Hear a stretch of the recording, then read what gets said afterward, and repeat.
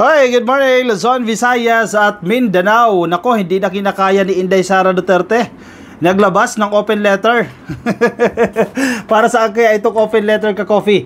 Laban po dito sa ginagawa daw sa kanya ng PNP. Itong PNP naman kasi, bakit naman kasi inaapi ninyo itong si VP Inday Sara Duterte? Ayan, may headline ka, Coffee. Umagang umaga, trending itong si Inday Sara Duterte. Patungkol pa rin po ito sa pag-pull out ng security personnel sa kanya. Paano ba naman? Sangkater ba naman kasi itong security details ni Inday Sara Duterte? Di marami ang nawawalan dahil sangkater ba yung kanya eh. Oh, supplement lang yan ha, yung sa PNP 75. Ilan pa yung nasa Armed Forces of the Philippines? Daan-daan. Grabe naman yan. Samantalang yung ordinaryong Pilipino, 1:2,000. Isang pulis para sa 200 na katao. Yan lang ang meron tayong proportion. Samantala kay Inday Sara Duterte, 1 person is to 400 plus security personnel. O ngayon, syempre, kunyari, okay lang. Kunyari, yan ang sinasabi ni Inday Sara Duterte. Okay lang yan na pinull-outan nyo. Okay lang yan na tinanggalan nyo kami ng security detail. Yan ang kanyang sinasabi dyan. Okay lang, sige. Pero may pa-open letter. Kala ko ba okay lang? O sige, basahin muna natin ito, ka-Coffee. Nasa balita ng Philstar, no? VP Sara Duterte pens an open letter. Wow, sana all nag-open letter.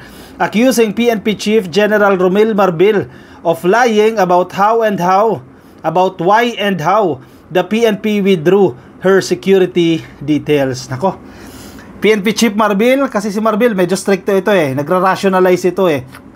Yung mga security protection ng mga politiko. Eh, yung iba nakatenga lang naman dyan eh. Di ilagay natin yan sa kalsada. Di ba? May punto naman si Marbil dyan eh. Pero bakit bitter si Inday dito? Walang request na nangyari. Sabi ni Marbil, meron. Kausap namin yung Office of the Chief of Staff. Hindi na kami nakipagtalo dahil ikaw ang batas, di ba? Wow. Duterte also scores the PNP chief for saying there is no threat against her, says her family's privacy was jeopardized after photos of them in NAIA got out. Kasi ang isa pang kiniklaim nila dyan, itong picture daw na nakunan kay Inday Sara Duterte na papuslit papuntang Germany galing daw sa security dyan sa NAIA. Eh bakit kasi ayaw nyo maging transparent? Ayaw nyo sabihin ko sa kay pupunta? Eh public official kayo eh. Duterte also says police personnel recently went to the area of her residence to conduct casing and find out her exact address.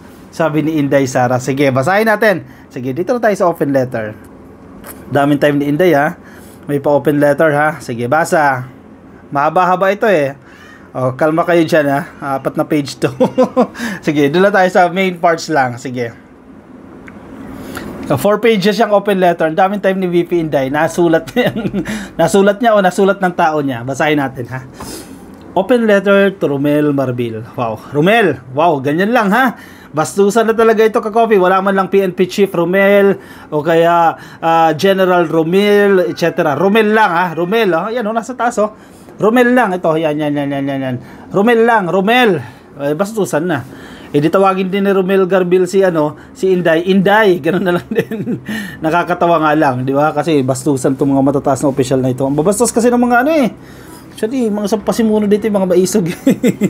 Noong lumabas ang issue ng pagbabawas ng aking security personnel, nagbigay agad ako ng pahayag na hindi ito makakaapekto sa aking trabaho bilang ikalawang Pangulo ng Pilipinas. Hangad ko sana na matapos na ang usaping ito dahil hindi hamak na napakaraming mga suliranin ang ating bansa ng higit na mahalaga kaysa sa aking proteksyon. Pero ang tanong dyan, di ba dapat nyo pa na-realize yan? Yung may 400 personnel ka dyan, dapat noon mo pa na-realize na bakit sobrang dami kong security personnel? Kaya ko naman pala magtrabaho na walang personnel, na walang security. Yes, hindi realistic na walang security personnel. Sige, kahit mag-iwan ka dyan ng 10. Diba dapat noon pa lang na-realize siya na hindi yung 2 years after sa kanya marirealize nang tinanggal na sa kanya. Ang atin lang dyan, kusang loob na lang yan, diba? Ang dami na sa AFP ang dami na sa PNP. So sana ma-realize siya, ito sobra-sobra na to sa akin eh. Ilan lang naman ako, isa plus yung pamilya ko, ilan lang. Siguro sakto na yung 10. Siguro sakto na yung 20. Siguro sakto na 100. Pero hindi na sapat yung 200, 300, 400. Grabe naman yan. Diba? Ngayon na tinatanggalan, pa-victim na ang labas yan. Parang kasalanan na ng PNP ngayon yan. Subalit, tila nakatatlong interview ka na patungkol sa akin. Sa isang banda, naiintindihan kita sapagkat natural lang sa mga nagsisinungaling na magkaroon ng sari-saring kwento at dahilan. Pero hindi ko na maitim Hindi ko na maatim ang tuloy-tuloy na panlilinlang sa aking mga kababayan. All out na ito ka Coffee kay Barbila. Uulitin ko, wala akong problema sa pagbawi sa mga PNP personnel bilang security team ng Office of the Vice President. Kaya kung magtrabaho ng walang security. Legit ba? Bakit 2 years? Napakadami. Sandabukal, 400 plus na security personnel. Ngunit, may problema ako sa mga kasinungalingang ipinapahayag sa taong bayan, lalo na kung ang mga kasinungalingan ito ay mula mismo sa pinakamataas na opisyal ng kapulisan. Isa-isahin ko. Ito na. Nag-enumerate na siya ng mga kasinungalingan daw ni PNP Chief. Number 1, ang Vice Presidential Protection Division o VPPD na isinailalim ng PSG ayon sa utos ng NAPOLCOM ay sadyang ginawa para hindi pakialaman ng mga tulad mo. Wow! ng mga tulad mo ang security ko at ang susunod na Vice Presidente ng bansa. Malinaw ito sa mga dokumento ng NAPOLCOM at PNP. Wait, kanino ba dapat nagre-report ang mga pulis? Di ba? Philippine National Police. Lahat ng opisyal dyan. Sino may jurisdiction dyan?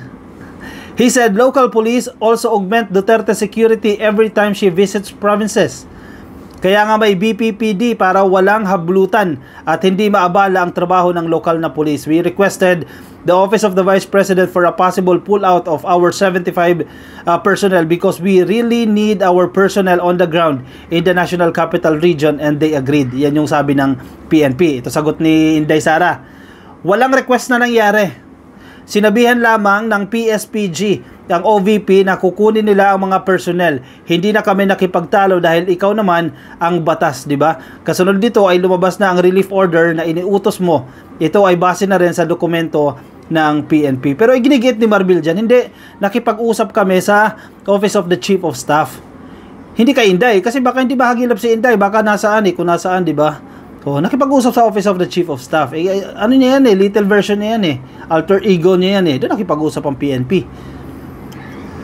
Hoy, sino nagsasabi ng totoo dyan? Ako ha? Number 4, item number 4. We don't see any threat, sinasabi ni Marbil against the Vice President, so we need to reduce the people. If they want more, then we will add it if they request it. Sige, sagot. Sagot ni Inday. Hindi ba't mayroong malisyosong nagpapalabas ng video footage nung ako'y nasa NAIA? Kuha sa isang lugar kung saan pawang mga empleyado lamang ng paliparan at piling mga tao ang maaaring nandoon. Hindi na baling ako, ngunit nakuha at naisa publiko rin sa naturang video ang aking asawa at mga minor de edad na anak na naging isang malaking banta sa kanilang security. Wait, kailan nangyari yan? Ito lang yan, 2 days ago. Pero ipag-pull out, kailan yon? 2 weeks ago? Itong kuha dyan sa NAIA, 2 days ago lang. 2 days, 3 days ago lang. Timeline. Bukod pa rito, kamakailan lang ay nagtungo rin ang mga operatiba ng PNP sa lugar kung saan ako nakatira upang mag-casing. Oy, parang Jonathan ano lang to Jonathan Morales lang ito para mag-casing. Pilit pang inaalam kung nasaan mismo ang bahay na inuupahan ko.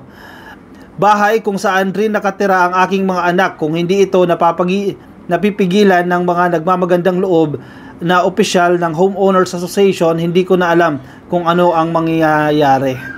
Ganun ba yun? Wow, hinahabol-habol si Inday. Ano ba ang ibig sabihin ng threat sa iyo? Ang banta ba ay maaari lamang magmula sa mga external elements? Hindi na ba threat kung ang harassment ay nanggagaling mismo sa mga tauhan ng gobyerno? Paano kung galing sa mga dating tauhan ng gobyerno? Harry Roque. Sino pa? Digog. Paano pag nanggaling doon? Harassment din ba yun? Isa pa, sinasabi mong walang threat pero pwedeng mag-request ng dagdag na personnel. Ano ba talaga? Ano na to? Napaka-illogical na ito. Illogical na ito. Parang out of reasoning na ito. Malamang, magkaiba yung circumstance ngayon at yung circumstance bukas. Diba, may nangyari sa'yo ngayon. Ngayon, hindi pa matindi yung threat dyan. Ito yung circumstance ngayon bukas, bigla ka may nakasalubong, bigla kang sinapak, bigla ka nakatanggap ng mga messages. Iba na yung circumstances mo, that's the time na pwede ka mag-request. Sino bang gumawa nitong letter na ito? Illogical na masyado. Out of reasoning, wala na, palpak na. Kung talagang wala kang nakikitang banta laban sa akin, bakit nagtira ka pa ng 45 na tauhan ng PNP na ikaw ang pumili? Tandaan mo pagdating sa seguridad ng aking pamilya, ako ang magkakapagsabi kung sino ang karapat dapat, hindi ikaw. Batas ka lang, hindi ka Diyos. Si Kibuloy ang Diyos, nakakalimutan mo ata. Ay, nako. E di ibigay niya ulit yung 45. Tanggihan niya na yung 45 na yan. Huwag niya na kunin. All the way. Lahat-lahat na yan. Wala na siya tatanggapin dyan. Ganun lang yan eh. The relief was, number 5. The relief was for police visibility. Maganda sana ang hangarin kung totoo. Ngunit kaduda-duda na ang 38 sa 75 PNP personnel na pinili ninyong masakop ng relief order ay mga pulis na mula sa Mindanao at ipinapalipat sa National Capital Region na para bang hindi kulang ang pulis sa Mindanao. Simula na maging mayor ako ng 2010, nandyan na ang issue ng kakulangan ng pulis. Hindi mo mahabol-habol ang pulis to population ratio mo sa pagkuha ng security ko. Wow. Grabe, illogical na. Mali na yung reasoning. Ang punto kasi ni Marbil, masyadong mababa yung bilang ng mga pulis as compared doon sa number ng population. Sa kasalukuyan, isang pulis para sa 200 o isang pulis para sa 2,000 katao. So ang ideal police ratio to population dapat ay isang pulis para sa 500. So ang pinupunto dito ni Inday, sa pag-pull out sa kanya ng personnel, hindi raw ma-achieve yan. Pero again, makaka-contribute yan para ma-achieve kahit papano. Yes, hindi mo naman talaga totally ma-address yan eh. Pero yung pag-pull out ito, halimbawa lahat yung 75 ma-pull out, ilang na rin yan, ilang population na rin ang magsisilbihan, mabibigyan ng police service once na ma-pull out yung 75 na yan. Diba? Hindi raw masusolusyonan. Definitely, hindi talaga masusolusyonan yan. Ilan pa lang yan eh. Paano kung makakuha pa ng ibang opisyal sa ilang makakuha pa ng ilang pulis sa ilang opisyal sa dinami-dami ng mga congressman, mga senador na nag-request ng security service. O maka-pull out ka pa dyan. Oh, ano yon? Hindi rin makakatulong.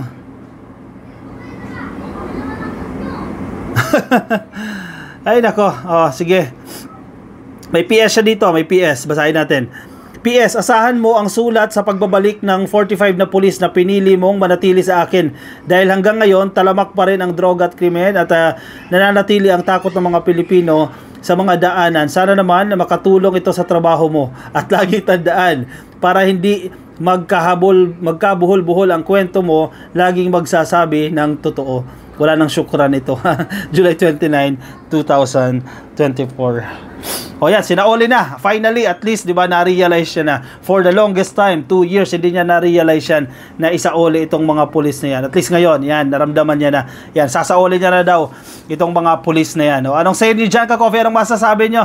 I-share ang inyong opinion, reaction dyan sa ating comment section para mabasa ng iba nating mga Ka-Coffee. Kung di ka pa naka-follow sa Facebook, please follow lang. Click lang po yung follow and like sa Facebook. At kung nasa YouTube, please click lang po yung subscribe. Nandiyan po sa baba. At i-like lang po itong video na to para updated kayo sa ating mga bagong upload. Alright, see you again later, Ka-Coffee. Alas 10 po ng gabi, Philippine Standard Time para sa ating mga bagong updates. Paalam po sa inyo. Ingat kayo, Ka-Coffee, ha. Bye-bye.